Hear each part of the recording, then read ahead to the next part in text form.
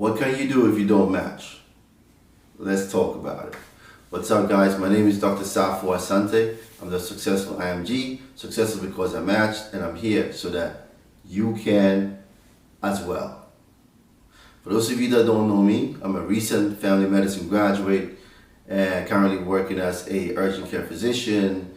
I make videos on a regular basis about things that would help you on your medical journeys to become a physician, to become a physician assistant, to become a nurse.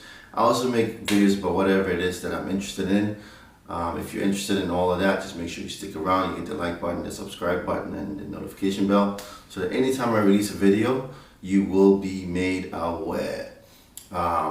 So the match season of 2021 is done. Those of you that matched, you know who you are. Congratulations on matching. To all my alumni that ended up matching, my students that ended up matching, congratulations on matching. I'm proud of you, and I wish you guys all the best. For those of you that unfortunately did not match this time around, this video is for you. So what are the kinds of things that you need to be doing when you find out that you didn't match? First thing, the number one thing, is you have to deal with your emotions. What do I mean by this?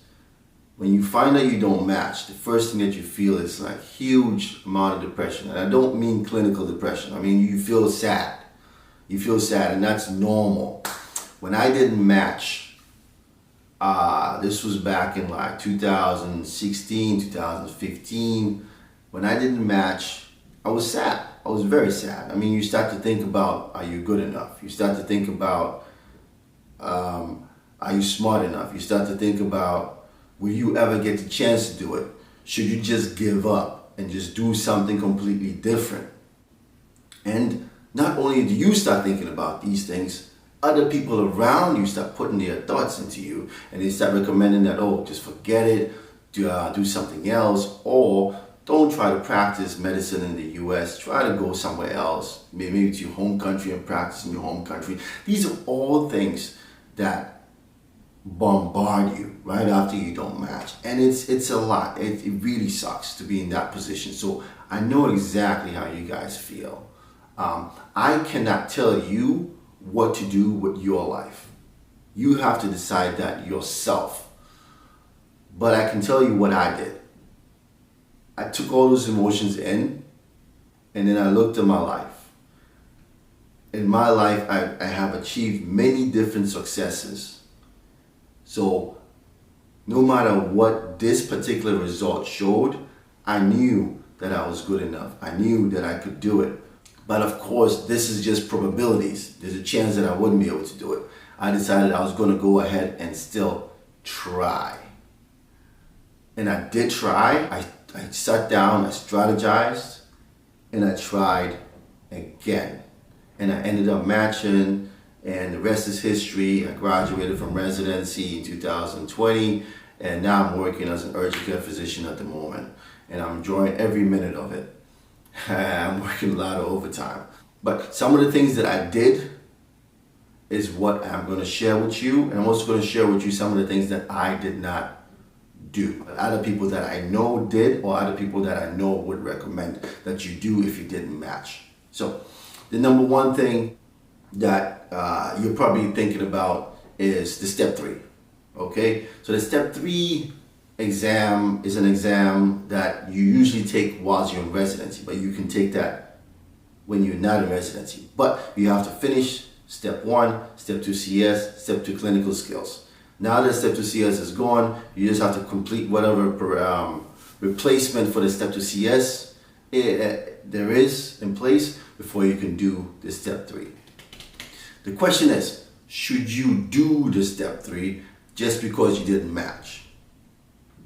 Now, I kind of take a little bit of a controversial approach to this. I don't think everybody should do it, but that's my opinion. You will decide that for yourself. I took the step 3 because I ended up failing the step 2 CS, and I had to show them that I would not have a problem passing the step 3. So I studied really, really hard. I studied about a year for this test. taking practice exams, blah, blah, blah, all that stuff, and I made sure that I passed the exam. So now I had step 3 in my pocket, and that helped me when I was applying the last time before I matched. But is this thing for everybody? Now, my thoughts are, if you have really good scores, first as for step 1 and then step 2 CK, you don't necessarily have to take the step 3 because you already have good scores and you've shown that you can do it.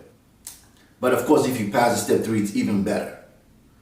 But if you fail the step 3, that can really, really hunt you and make all the work that you've done up until now, getting great scores in step 1, getting great scores in the step 2 CK, go to waste. So my advice, at least my thoughts are, take the step 3 if you need to take it.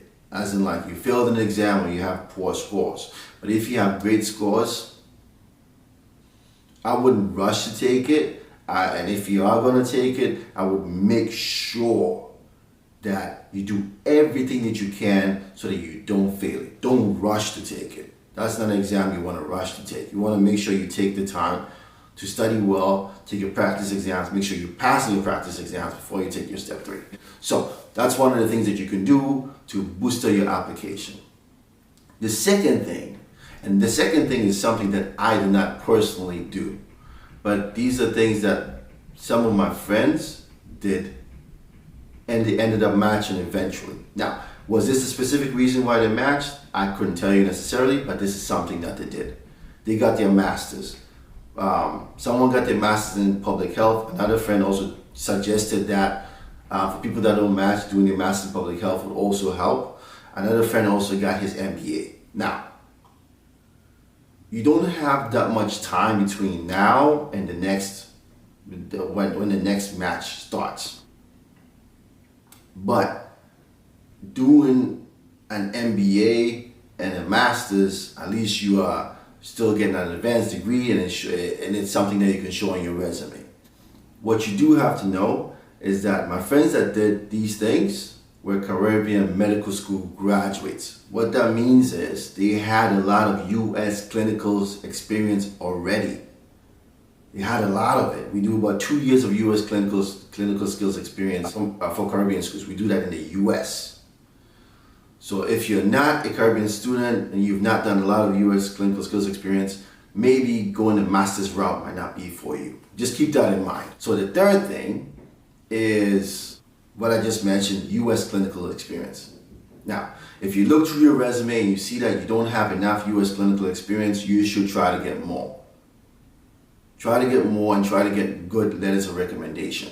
Because these U.S. clinical experience would give you a chance to get extra letters of recommendation. And if they are good, or if this U.S. clinical experience is in a program that has a resident that could take you, it might give you a leg up the next time that you're applying. So that's something that you can do, U.S. clinical experience. And then the last thing is research. Now, me personally, I dislike research. So I did not do research when I was applying. But for some of you guys who like research, you have a lot of U.S. clinical experience and you feel that you want to do research and you find a research position, do the research. It could boost up your resume to some extent, because residency programs want good applicants. If you can show them you're a good applicant by doing the U.S. clinical experience, getting letters of recommendation from that, and by doing research and having good scores, and maybe having a step 3 if you took it, it makes it more likely that they will invite you for an interview, and more likely that you will have a better chance the next time the match comes around. Now, all of this said, you can do all of these things and still not match. That's the name of the game. Unfortunately, there are not enough positions for everyone.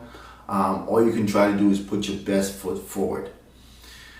The last thing that I would suggest is, if you've been having a hard time, you've applied once, twice, thrice, you should look for people that can help you, people that have been through the same position as you.